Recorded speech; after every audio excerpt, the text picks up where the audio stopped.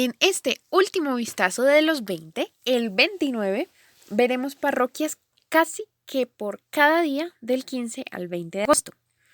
Es una bendición que en Bogotá, Colombia, hayan parroquias para las festividades y santos imperdibles de esta semana.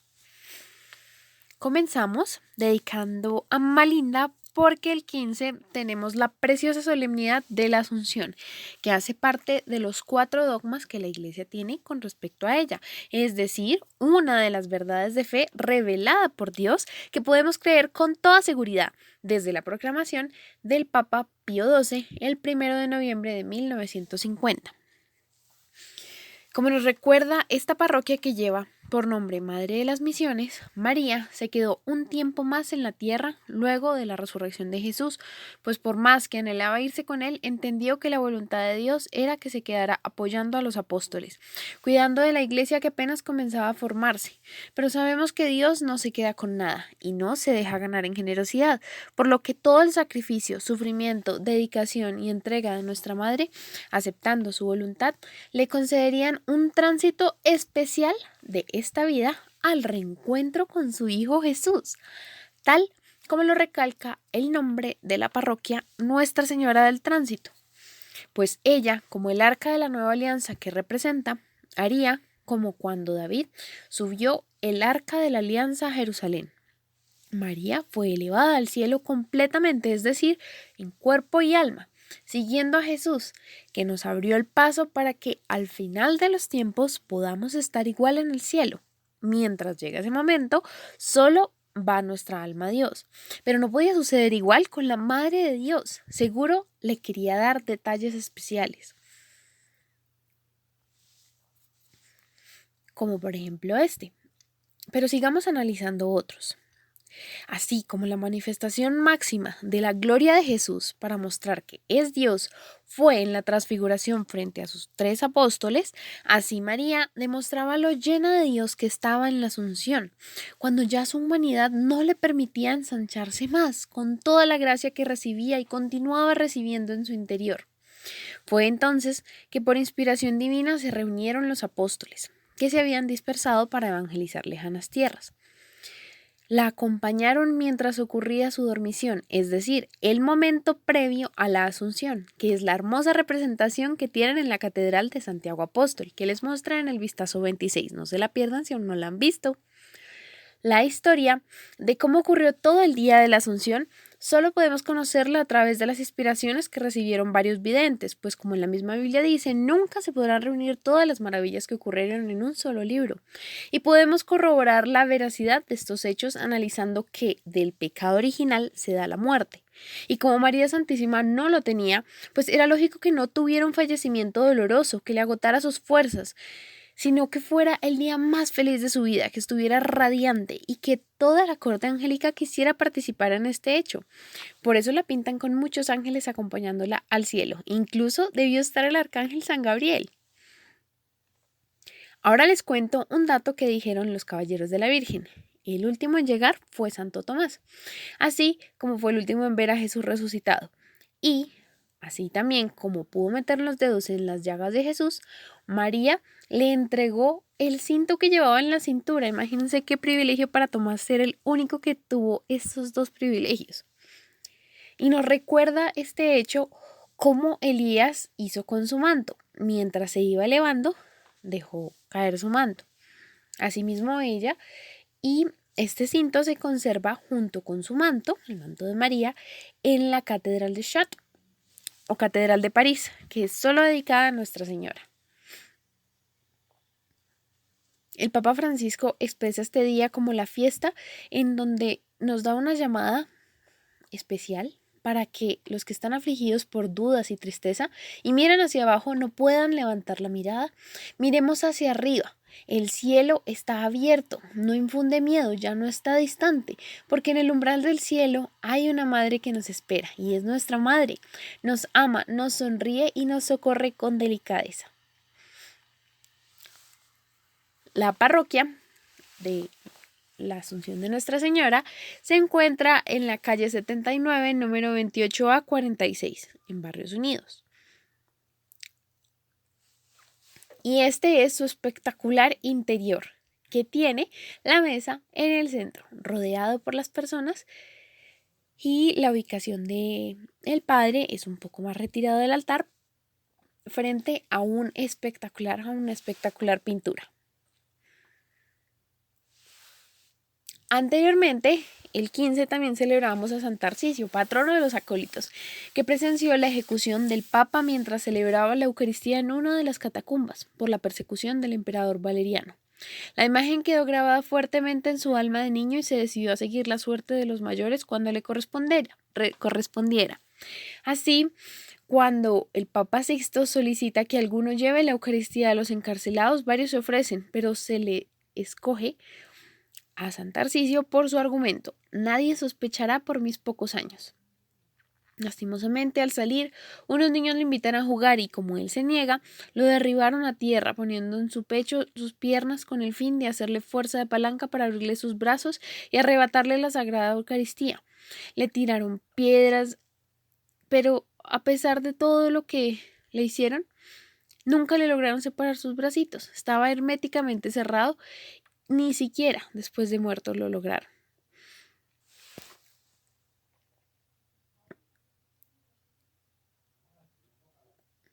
Momentos después pasó por allí Cuadrado, un fornido soldado que está en el periodo de catecumenado y que por eso conoce a San Tarcisio.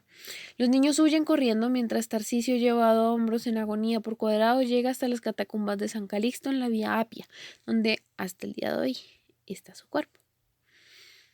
La parroquia de San Tarcisio está en la carrera 11, número 14212, con estas características puntas. Su interior es precioso. Aquí podemos ver el altar y los diversos vitrales en la parte superior.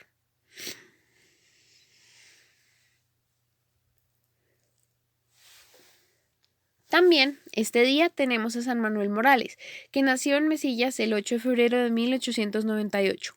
Fue alumno del seminario de Durango, el mismo que abandonó para dedicarse a trabajar y mantener a su familia, que era muy pobre. Luego de algunos años contrajo matrimonio y tuvo 3 hijos. Fue secretario del Círculo de Obreros Católicos León XIII, miembro de la ACJM y presidente de la Liga Nacional para la Defensa de la Libertad Religiosa.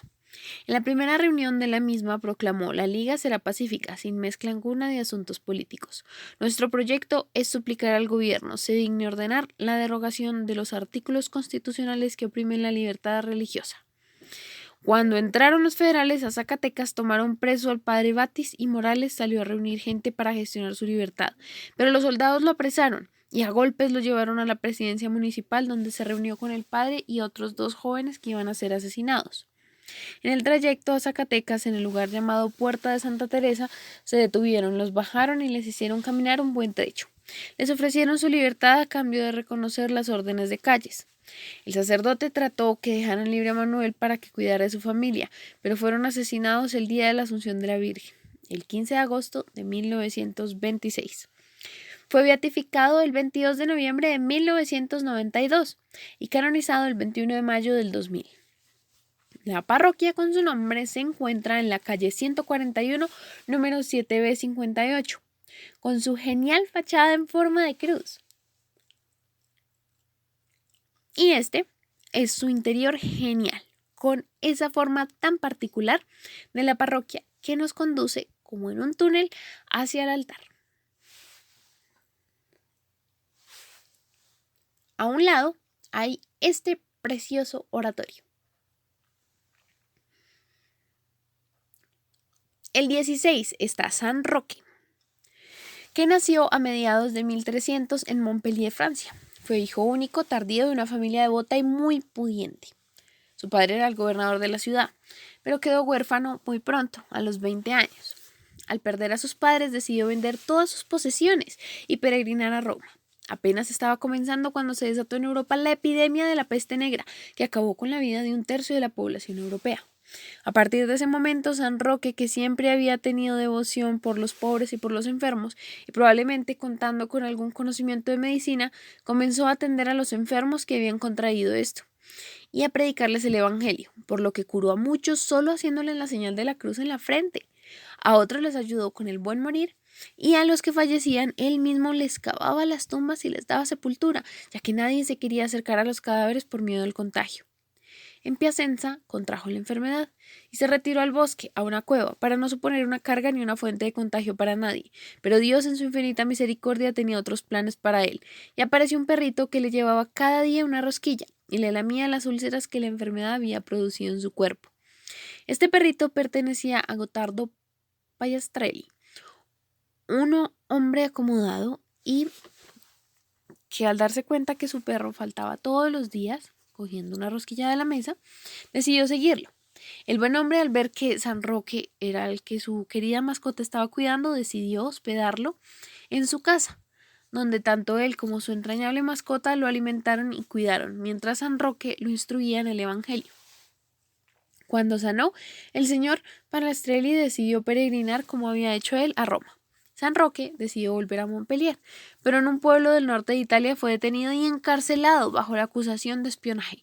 Permaneció entre 3 y 5 años hasta su fallecimiento, probablemente cerca del 1378 allá.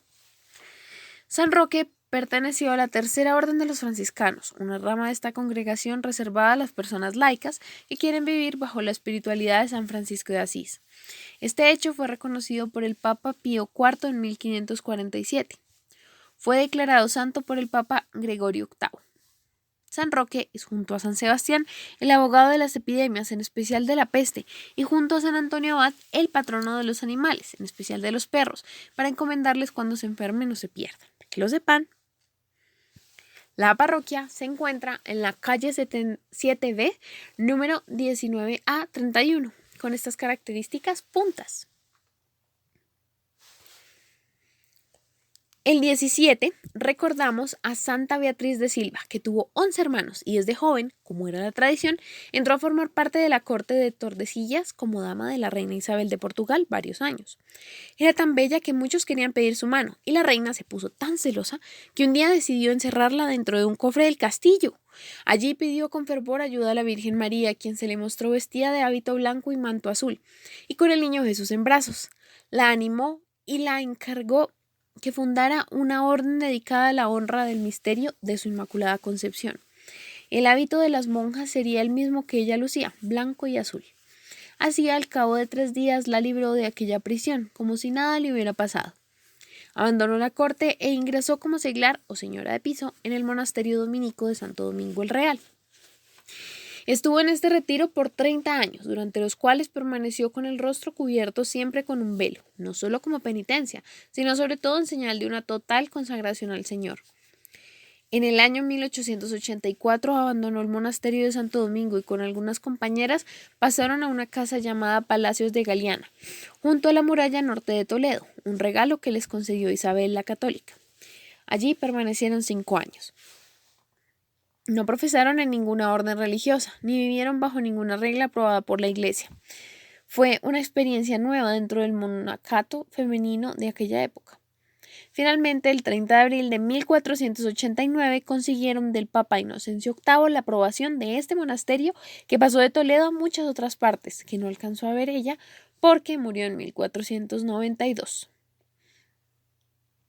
El Papa Pío XI la proclamó beata el 28 de julio de 1926. Imagínense todo lo que pasó. Y más tarde reanudan la canonización en 1950 por Pío XII, para finalmente Pablo VI canonizarla solemnemente el 3 de octubre de 1976. El 18 celebramos a Santa Elena, que se ha hecho famosa por haber logrado encontrar la Santa Cruz de Cristo en el Monte Calvario de Jerusalén. Nació en el 270, en Bitinia, cerca del sur de Rusia, junto al Mar Negro. Era hija de un hotelero y especialmente hermosa, por lo que al llegar por esas tierras un general muy famoso del ejército romano llamado Constancio Cloro se enamoró y casó con ella. De su matrimonio nació un niño llamado Constantino, que se iba a hacer célebre en la historia por ser el que concedió la libertad a los cristianos después de 3 siglos de persecución. Cuando ya llevaban un buen tiempo de matrimonio, sucedió que el emperador de Roma, Maximiliano, ofreció a Constancio Cloro nombrarlo su más cercano colaborador, pero con la condición de repudiar a su esposa Helena para casarse con la hija de Maximiliano. Constancio aceptó y así ella tuvo que estar durante 14 años abandonada, pero esto mismo la llevó a practicar una vida de santidad. Al morir, Constancio Cloro fue proclamado emperador por el ejército el hijo de Helena, Constantino, justo después de una fulgurante victoria obtenida contra los enemigos en el puente Milvio en Roma, antes de la cual se cuenta que Constantino vio en sueños que Cristo le mostraba una cruz y le decía: con este signo vencerás. El nuevo emperador decretó que la religión tendría en adelante plena libertad desde el año 313, y con este decreto terminaron 3 siglos crueles de sangrientas persecuciones. Constantino amaba inmensamente a su madre Helena y la nombró Augusta o emperatriz y mandó hacer monedas con su figura. Le dio pleno poder para que empleara el dinero del gobierno en las obras buenas que ella quisiera.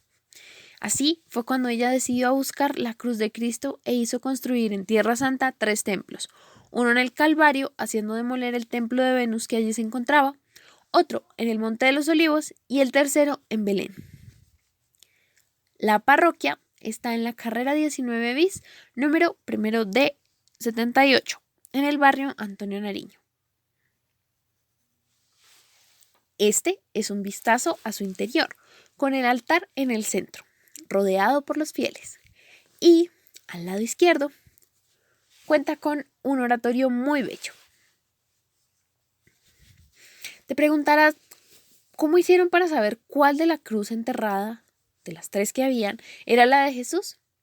Pues Helena, con mucha sabiduría, hizo traer a un hombre que estaba muy enfermo. Cuando éste entró en contacto con la cruz de Gestas, empeoró terriblemente. Al ser tocado con la cruz de Dimas, quedó como había estado su salud al principio, pero en el momento en que tocó la cruz de Jesús, la verdadera cruz, se restableció por completo. Por eso tenemos parroquias con el nombre de Veracruz, como esta bellísima, en el centro de Bogotá.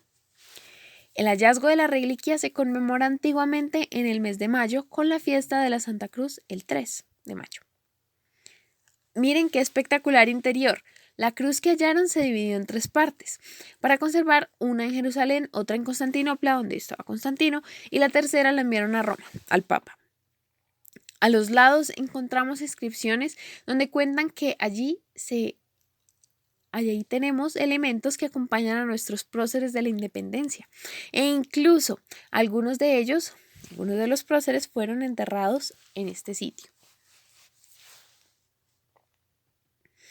El 19 conmemoramos a San Juan Eudes. En la segunda mitad del siglo XVI vivía en Rennes, Normandía, Francia, un granjero llamado Isaac Eudes, casado con Marta Corbin. Como no tuvieron hijos al cabo de 2 años de matrimonio, ambos fueron en peregrinación al santuario de Nuestra Señora. 9 meses después tuvieron un hijo al que siguieron otros 5. El mayor recibió el nombre de Juan y desde niño dio muestras de gran inclinación al amor de Dios.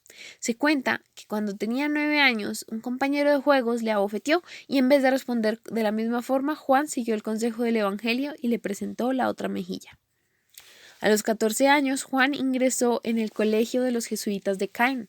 Sus padres deseaban que se casara y siguiera trabajando en la granja de la familia, pero Juan ya había hecho un voto de virginidad, recibió las órdenes menores en 1621 y estudió teología en Caen con la intención de consagrarse en los misterios parroquiales. Sin embargo, poco después determinó ingresar a la congregación del Oratorio, que había sido fundada en 1611 por el futuro cardenal Pedro de Berulle, quien le encomendó predicar en 111 misiones, con un éxito impresionante.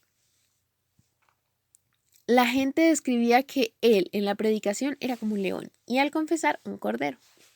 Una de las experiencias que adquirió durante sus años de misionero fue que las mujeres de mala vida intentaban convertirse y se encontraban en una situación difícil. Durante algún tiempo trató de resolver la dificultad alejándolas provisionalmente en casas de familias piadosas, pero cayó en cuenta que el remedio no era del todo adecuado. Magdalena Lamy, una mujer de humilde origen que había dado albergue a varias convertidas, dijo un día: «Ahora te vas tranquilamente a rezar. y con ello crees que cumpliste tu deber. No te engañes, vuestro deber es alojar decentemente a estas pobres mujeres que se pierden porque nadie les tiende la mano. Estas palabras produjeron profunda impresión en San Juan Eudes, quien alquiló en 1671 una casa para las mujeres arrepentidas, en la que podían albergarse mientras buscaban un empleo decente.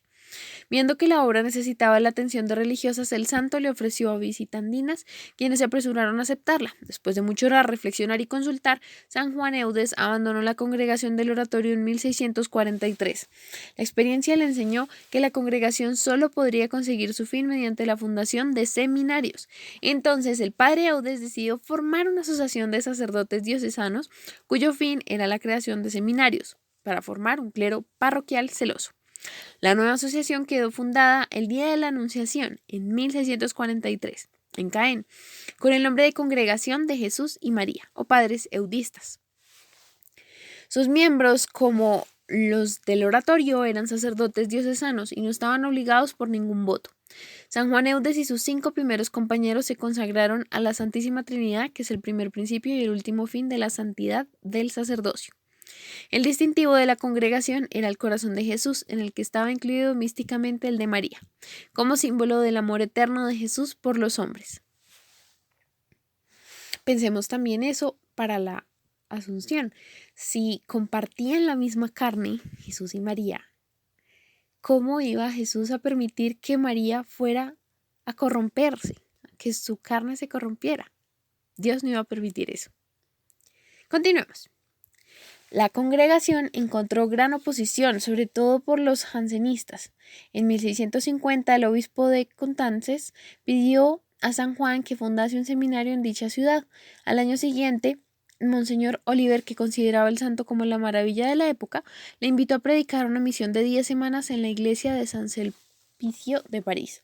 Mientras se hallaba en esa misión, el padre Eudes recibió la noticia que el obispo de Bayeux acababa de aprobar la congregación de las hermanas de Nuestra Señora de la Caridad del Refugio, formada por las religiosas que atendían a las mujeres arrepentidas de Caen.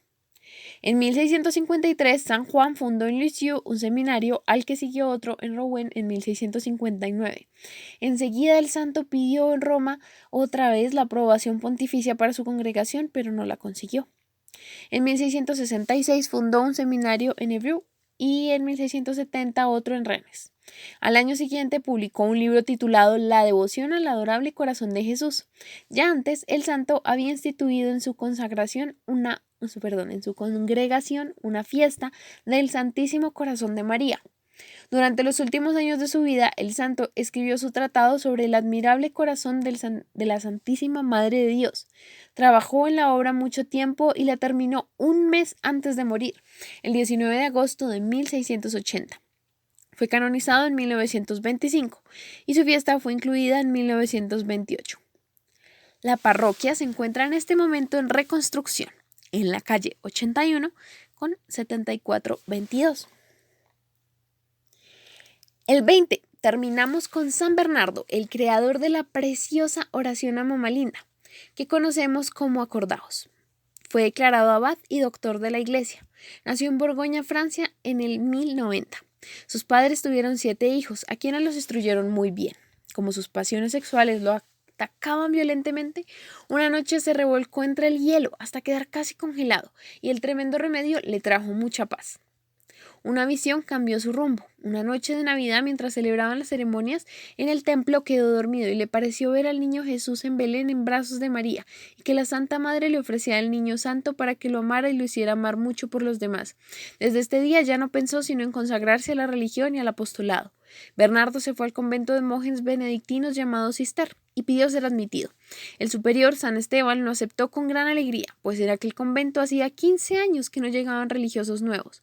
Bernardo volvió a su familia a contar la noticia y todos se opusieron, pero con la capacidad tan sorprendente que tenía para convencer a los demás e influir, ganarse su voluntad, empezó a hablar tan maravillosamente de las ventajas y cualidades que tiene la vida religiosa que logró llevarse al convento a sus 4 hermanos mayores, a su tío y casi a todos los jóvenes de los alrededores. Así que junto a 31 compañeros llegó al convento de los cistercienses a pedir ser admitidos de religiosos, no sin antes prepararlos para que se comportaran como fervorosos religiosos. Esta familia ha sido un caso único en la historia. Cuando se fueron a ofrecerse como religiosos, dejó a su hermana cuidando al papá. La mamá ya había muerto y el hermano menor administrando las posesiones que tenían, pero un tiempo después también él se fue de religioso y más tarde llegaron además al convento el papá y el esposo de la hermana, pues ella también se fue de monja. En las universidades, pueblos, campos, todos querían oír sus maravillosas prédicas. Durante su vida fundó 300 conventos para hombres. Escogió un sitio sumamente árido y lleno de bosques donde sus monjes tuvieran que hacer todo con el sudor de su frente. Por eso se le puso el nombre de Claraval, que significa valle muy claro. Así se le conoce por San Bernardo de Claraval.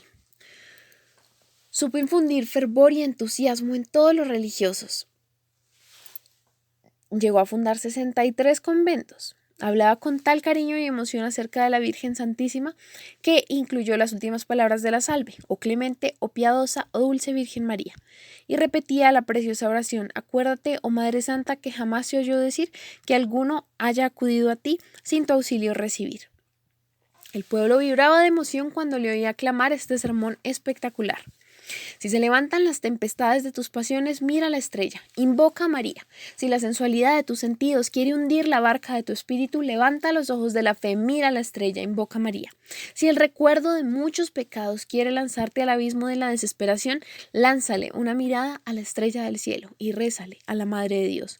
Siguiéndola, no te perderás en el camino, invocándola no desesperarás, y guiado por ella llegarás seguramente al puerto celestial. El más profundo deseo de San Bernardo era permanecer en su convento dedicado a la oración y a la meditación, pero el sumo pontífice, los obispos y pueblos gobernantes siempre le pedían ayuda, así que siempre estaba presto a ayudarlos. Con una salud sumamente débil, porque los primeros años de religioso por imprudente se dedicó a hacer demasiadas penitencias y se le dañó la digestión, recorrió toda Europa poniendo la paz donde había guerras, deteniendo fuertemente las herejías, corrigiendo errores, animando desanimados y hasta reuniendo ejércitos para defender la santa religión católica. Murió el 20 de agosto del año 1153. La parroquia está en la calle 38 Sur, número 2931. Muchas gracias por terminar esta veintena conmigo.